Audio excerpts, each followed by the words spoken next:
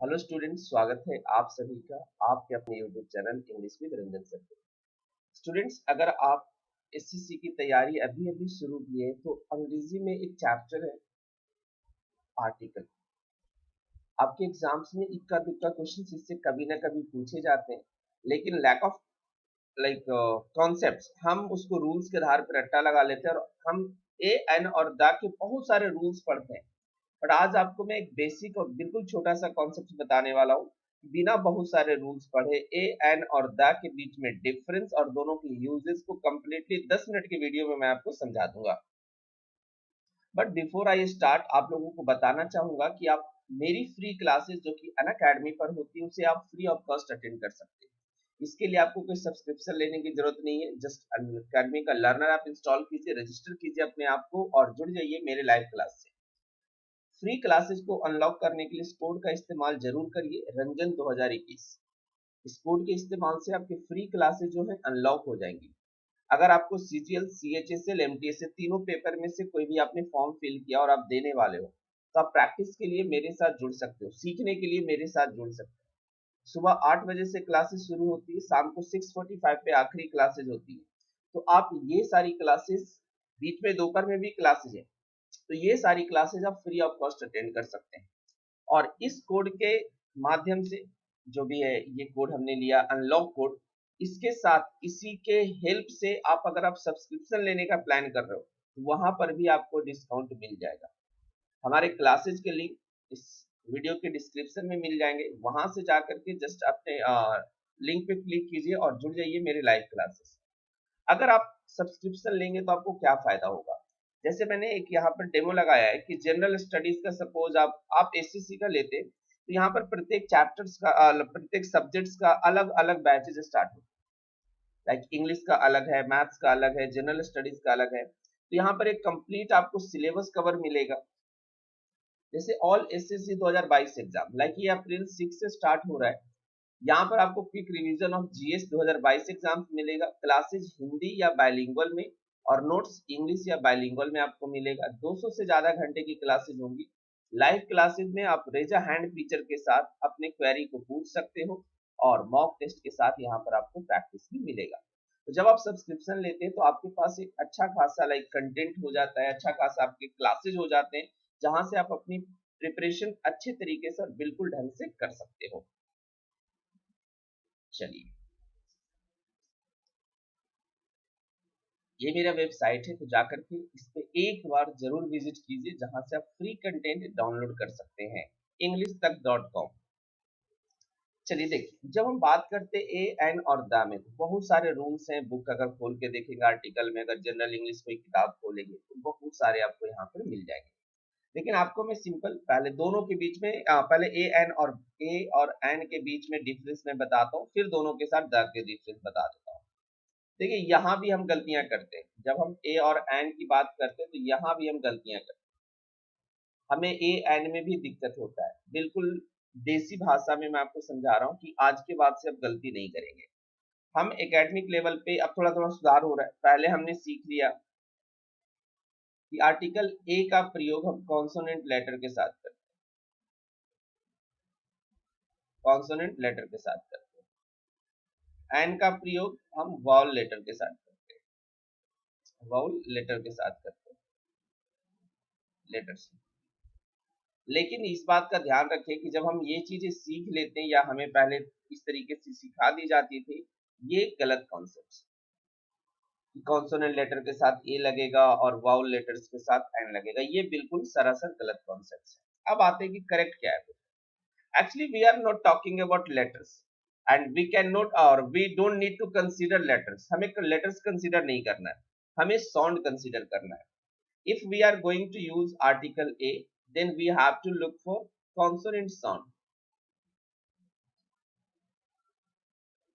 अभी भी अनअकैडमी पे बहुत सारे जब ये चीजें मैं पढ़ाता हूँ तो बच्चे कह देते हैं कि अरे सर, ये चीज तो हमें पढ़ाया नहीं गया, हमें तो लेटेस्ट वाला पढ़ाया गया है। तो इस चीज को अगर आप गलती करते हैं तो इसको थोड़ा सा सुधार लीजिए। हम कॉन्सोनेंट साउंड की बात करेंगे, आर्टिकल ए आएगा। एंड की बात करें तो ये वाउल साउंड्स के साथ आएगा। अब साउंड्स को पढ़ना थोड़ा सा लिटिल बिट डिफिकल्ट है, क्योंकि ये बिल्कुल लैंग्वेज की पार्ट हो जाती है, तो हम आपको वो चीजें नहीं पढ़ाने वाले, हम बिल्कुल आसान भाषा में आपको बताने वाले हैं। कॉन्सोनेंट लेटर्स का मतलब होता है, या कॉन्सोनेंट साउंड का मतलब है कि का से ज्ञा तक जब आप बोलते हो, इसमें जो भी साउंड आते हैं, लाइक का हो गया, ख हो गया, ग हो गया, ये सारे के सारे कॉन्सोनेंट साउंड है। अब बात करेंगे वाउल साउंड की। तो आप आ ई पढ़ते हो, तो इसमें जो आ से लेके औ तक के साउंड आपके बनेंगे, ये आपके वाउल साउंड बनेंगे। यानी अगर हम कोई शब्दों के पहले आर्टिकल ए या एन लगाना है, तो हमें उसके साउंड को चेक करना है, ना कि उसके लेटर्स को चेक करना है। ये कॉन्सोनेंट साउंड आपका ए से जेड लेटर कोई भी हो सकता है, वाउल लेटर ए से जेड कोई भी हो सकता है। यानी किसी भी लेटर का साउंड वाउल जैसा हो सकता है। आपको ये नहीं देखना कि ए ई आई ओ यू रहेगा तो एन लगा दे, तो गलत हो जाएगा। तो इतना चीज समझ में आ गया कि का से ज्ञा तक वाले साउंड को हम कॉन्सोनेंट लेटर कहेंगे और इसके पहले आर्टिकल ए आएगा। वाउल साउंड आ से औ तक वाले साउंड को कहेंगे और इसमें हम एन लगाएंगे। चलिए थोड़ा सा एग्जांपल्स देखते हैं। चलिए एग्जांपल्स का स्पेस हम यहीं पर बनाएंगे, सो दैट हमें क्लियरली ये व्यू हमें पता चले कि हाँ सच में ऐसा है या नहीं है। चलिए जैसे हम लिखते हैं ना एलिफेंट, बड़ा आसान सा एलिफेंट, तो ये तो हम ऐसे भी कहेंगे कि सर ई है तो एलिफेंट है, चलो एन लगा दो, बहुत बढ़िया, ये तो हमें आता ही था। ठीक है, अब हम जरा देखेंगे। अब किसी ने लिखा like short form member of parliament MP, अब हम बड़ा जल्दी से ए लगा देते हैं। ठीक है, हम बहुत जल्दी इसमें ए लगा देते, ये हो जाएगा गलत। अब हमने लेटर देख लिया और ए लगा दिया, गलत हो गया।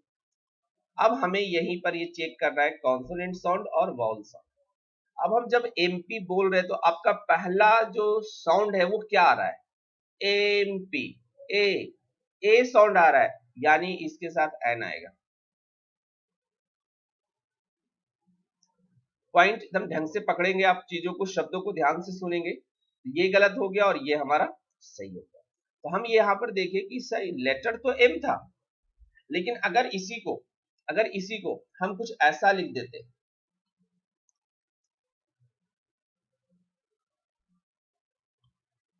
मेंबर ऑफ पार्लियामेंट, उसी का हम फुल फॉर्म लिख दिए,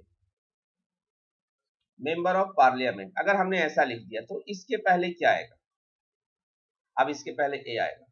देखिए है दोनों एक ही चीज, हमने शॉर्ट में लिखा तो एन आया, पूरा उसका फुल फॉर्म लिख दिया तो आर्टिकल, सॉरी, जब हमने शॉर्ट में लिखा तो एन आया, और जब हमने फुल फॉर्म लिख दिया तो आर्टिकल ए आया।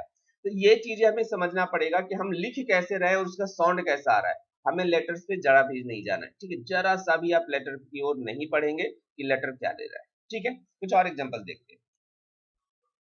एमपी स्कूल भी है एक हमारे पास। अब इसके पहले कोई लगाने के लिए बोल दे, तो अब अगेन आपके साउंड मन में आएगा कि एमपी, आर्टिकल है,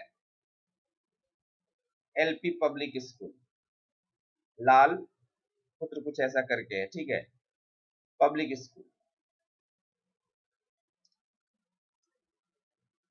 अब अगेन देखेंगे एलपी, अब एल का साउंड ए से शुरू हो रहा है, एन आएगा।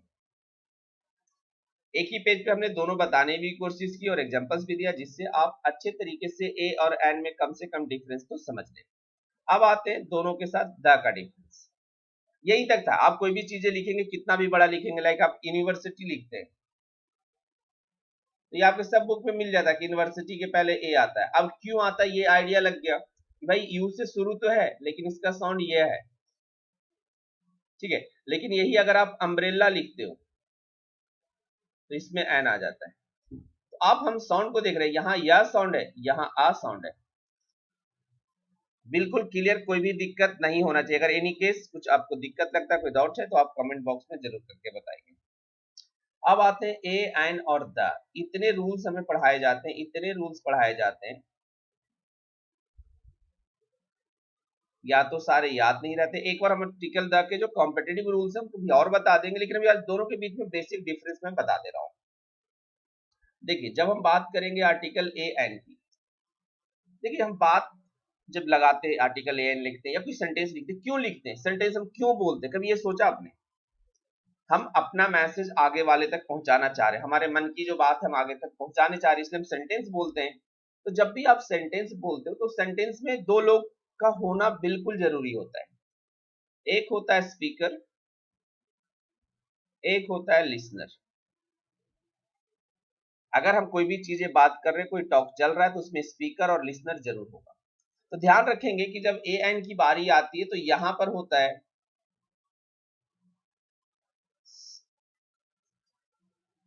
Only the speaker knows, only the speaker knows which one. शायद 10 मिनट से बड़ा हो जाएगा, बट आपको पूरा कॉन्सेप्ट समझ में आएगा। हम आर्टिकल ए एन तभी लगाएंगे जब सिर्फ स्पीकर को पता है कि किस बारे में, कौन से आर्टिकल, कौन से वस्तु के बारे में बात हो रही है, कौन से ऑब्जेक्ट के बारे में बात हो रही है। सिर्फ स्पीकर को पता है, वो आगे वाले लिसनर को बताना चाह रहा है कि ऐसा कुछ है, बट लिसनर को इसके बारे में कुछ भी नहीं पता। आप आर्टिकल ए लगा दीजिए, ए या एन लगा दीजिए। जब सिर्फ मैं स्पीकर हूं and I know what I am talking about, I will use article a an. सिर्फ मुझको पता है, या शायद आप स्पीकर है तो आपको पता है कि कौन से बारे में, किस बारे में बात हो रही है, पॉसिबल है तो आर्टिकल ए एन आएगा। ठीक है। अगर हम बात करें आर्टिकल दी की, both the speaker and the listener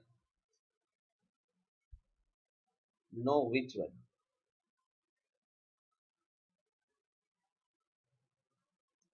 which one. जब दोनों को पता चल जाए कि किस ऑब्जेक्ट के बारे में बात हो रही है, किस ऑब्जेक्ट के बारे में बात हो रही है, तब हम आर्टिकल द को लगाएंगे। आपका कुछ कॉम्पिटिटिव रूल छोड़ के बाकी आप जितने रूल्स को रट्टा लगाए हो अभी तक, ये सब इसमें आ जाएगा। एक चीज मैं, शायद आप लोग जानते ही होंगे बट नहीं बताया तो आप मैं लिख देता हूं, ये हमेशा सिंगुलर काउंटेबल नाउन के साथ आता है और ये एनी टाइप ऑफ नाउन के साथ आता है।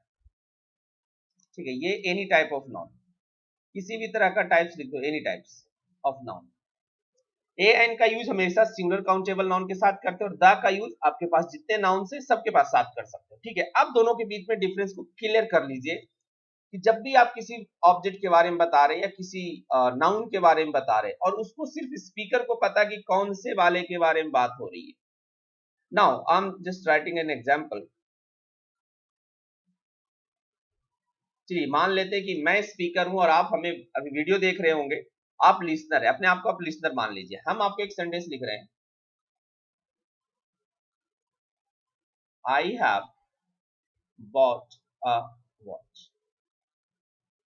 अब मन में आएगा सर यहाँ पर आ क्यों आया, द क्यों नहीं आया। अब जरा समझिए, हम आपको बोल रहे हैं कि I have bought a watch.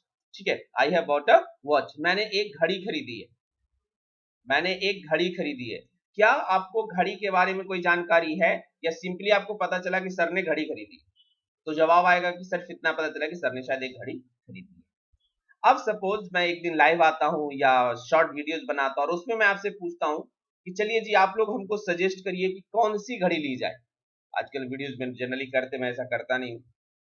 मैंने आपसे एक प्रश्न पूछा, आप सभी लोगों से एक राय मांगा कि भाई बता दो आप सभी लोग कि कौन सी घड़ी ली जाए। मैं घड़ी लेने का प्लान कर रहा हूँ और मैं चाहता हूँ कि मैं अपने स्टूडेंट्स के लाइक आइडियाज से, स्टूडेंट्स के लाइक विश से, वो जैसा चाहे वैसा मैं घड़ी खरीदूं। देखूंगा क्योंकि सबका अलग अलग जवाब आएगा, लेकिन जो मेजोरिटी ऑफ जवाब आएगा उसी के अकॉर्डिंग जाकर के मैं एक ही घड़ी खरीदूंगा। ठीक है, अब इतने अमीर तो है नहीं कि सब 10 बच्चे करेंगे कि सर मेरा वाला भी ले लेना, मेरा वाला भी ले लेना, तो नहीं। मान लेते हैं कि 20 बच्चे ने कहा, 20 बच्चे ने कहा कि सर रेडमी वाला खरीद लो, आजकल बड़ा फेमस चल रहा है। ठीक है, रेडमी की घड़ी आप खरीद लो। अब हम दूसरे बार आपसे लाइव आए या वीडियोस बनाए और अब हम क्या बोलेंगे, I have what dash watch you all have suggested. अब हमने ये लिखा। अब हमें सोचना है क्या इसमें आर्टिकल ए एन लगा दें या आर्टिकल द लगा दें। तो अब जरा सोचिए कि जब हमें 20 बच्चों ने, 20 स्टूडेंट्स ने सजेस्ट किया कि सर रेडमी का खरीद लो, और मैंने लिखा कि I have bought watch you all have suggested, आप सभी लोगों ने जो सजेस्ट किया मैंने वो वाली वॉच खरीदी, तो क्या उस वॉच के बारे में आपको पता है या नहीं पता है? तो आपको आएगा हाँ सर बिल्कुल पता है, मैंने ही तो आपको बताया था। तो यानी हमें भी पता है और इस लिसनर को भी पता है। अब यहां पर आएगा आर्टिकल, अब आएगा यहां पर आर्टिकल द। अब एक ही एग्जांपल से आपको बिल्कुल अच्छे से क्लियर हो गया होगा कि आर्टिकल द यहां पर क्यों आया। क्योंकि सर को तो पता है, सर ने खरीद लिया, लेकिन सर ने तब खरीदा जब मैंने सजेस्ट किया, यानी मैं पहले से ही जानता हूँ, मेरे स्टूडेंट्स पहले से ही पता कि कौन से घड़ी के बारे में बता रहे हैं। तो यहाँ से थोड़ा सा भी अगर क्लियर हुआ हो तो हम आगे बढ़ते हैं, कुछ और एग्जांपल्स आपको देते हैं। अब चलिए मैं लिखता हूँ the Taj Mahal, just visited yesterday, ठीक है, कल मैं घूम के आया हूँ, जब वीडियो बना रहा हूँ उसके एक दिन पहले। द ताजमहल।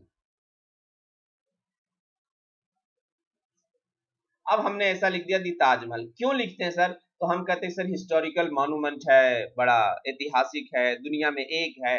अरे भाई ये सब को ना आप साइड कर दो, ये बच्चों वाली चीज हो गई, हम बच्चों को ऐसा पढ़ाते हैं, आप बड़े हो गए हो।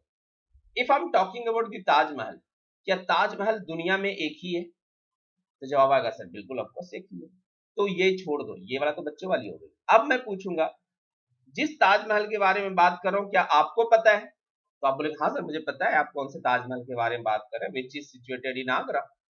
तो भाई दोनों को तो पता है ना, दा लगा दिया हमने। दी रेड फोर्ट लिखते हैं हम। क्यों लिखते हैं दी रेड फोर्ट?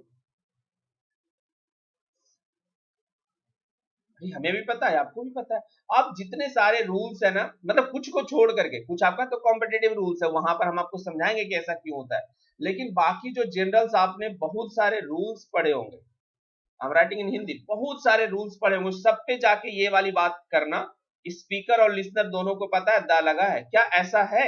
आप लोग इस बात का कमेंट करके हमें जरूर बताएंगे कि हाँ सर बिल्कुल सबका सब फिट बैठ जाता है। 16 मिनट का वीडियो हो गया, ठीक है। तो आई होप ये बिल्कुल क्लियर हो गया कि हम आर्टिकल दा का प्रयोग करते वास्तविक में कब है। रूल्स के अकॉर्डिंग तो हम करते ही हैं, बट वास्तविक में कब करते हैं ये सभी को समझ में आ गया। जो लिखा है वो जल्दी से आप लोग कर दीजिएगा। वीडियो को यहीं पर ही एंड करते हैं। धन्यवाद सभी का, ज्यादा से ज्यादा आप लोग वीडियो को शेयर करते रहिए।